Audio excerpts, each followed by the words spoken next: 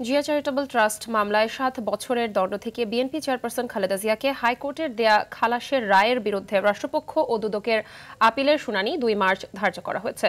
সকালে আপিল বিভাগের জ্যেষ্ঠ বিচারপতি আশফাকুল ইসলামের নেতৃত্বাধীন ৩ সদস্যের আপিল বেঞ্চে এই আদেশ দেন। এর আগে দুদকের পক্ষ থেকে বলা হয় তারা পৃথক একটি আবেদন করেছেন, একসাথেই শুনানি করা হোক। পরে আপিল বিভাগ সকল আবেদন একসাথে চূড়ান্ত শুনানির জন্য নির্দেশনা দেন।